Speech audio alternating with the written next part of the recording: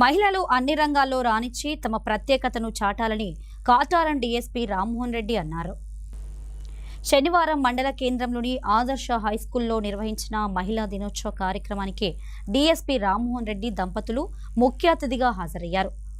ఆదర్శ విద్యా సంస్థల్లో చదివి వివిధ రంగాల్లో ఉన్నత స్థాయికి ఎదిగిన డాక్టర్ ప్రియాంక, ఎస్ఐ ఉర్మిళ, టీచర్లు సుజాత, రమాదేవి, శారద, సౌమ్య, రచన, శిరీష, శశిరేఖ, మనీష, వ్యవసాయ ఏఈఓ ఆస్మా, పోస్టల్ అంజలి తదితర ఉద్యోగాల్లో ఉన్న పూర్వ విద్యార్థులను డీఎస్పీ చేతుల మీదుగా సన్మానించారు.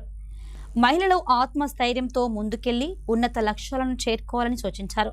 నేటి బాలికలు చైతన్యంతో ఆలోచించి చదువుకొని రాణిస్తే మహిళ అభ్యున్నతి సాధ్యమవుతుందన్నారు.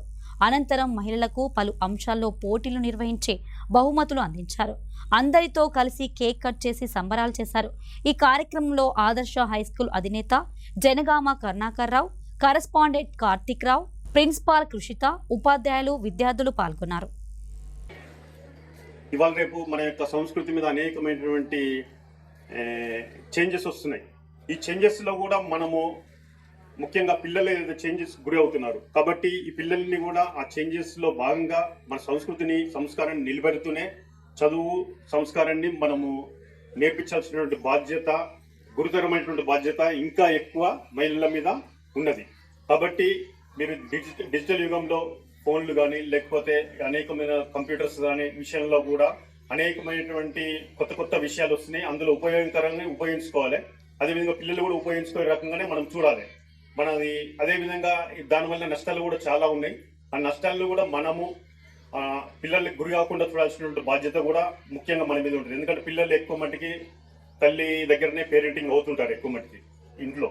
కాబట్టి పిల్లల్ని జాగ్రత్తగా చూడాల్సినటువంటి బాధ్యత ఉంది. ఎందుకంటే రేపొద్దున భారతదేశ భవిష్యత్తు అంతా కూడా పిల్లల చేతుల్లోనే ఉంది.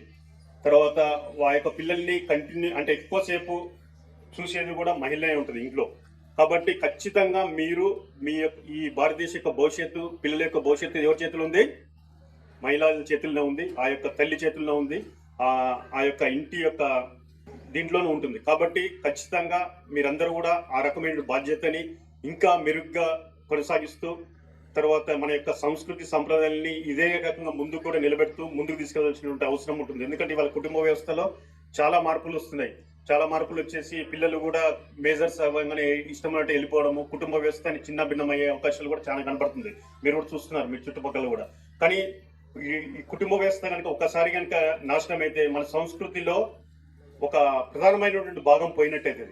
కాబట్టి ఈ యొక్క సంస్కృతి గురించి మీరు ఖచ్చితంగా ఈ యొక్క బాగా పాటిస్తూ తర్వాత మన జీవన విధానంలో మహిళకి చాలా గొప్ప ప్రాముఖ్యత ఉంది. కానీ కొంతమంది ఏంటంటే మన యొక్క సంస్కృతిలో మహిళకి ఏదో కించపరుస్తున్నారని అంటుంటారు. కానీ అటువంటిది ఏం లేదు. తప్పనిసరిగా వాళ్ళ యొక్క బాధ్యత అనేది గట్టిగా ఉంది.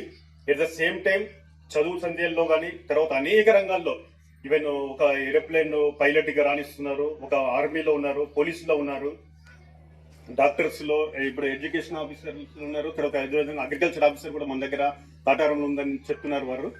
ఈ రకంగా ప్రతి దాంట్లో కూడా వాళ్ళు చాలా ముందుకెళ్తున్నారు.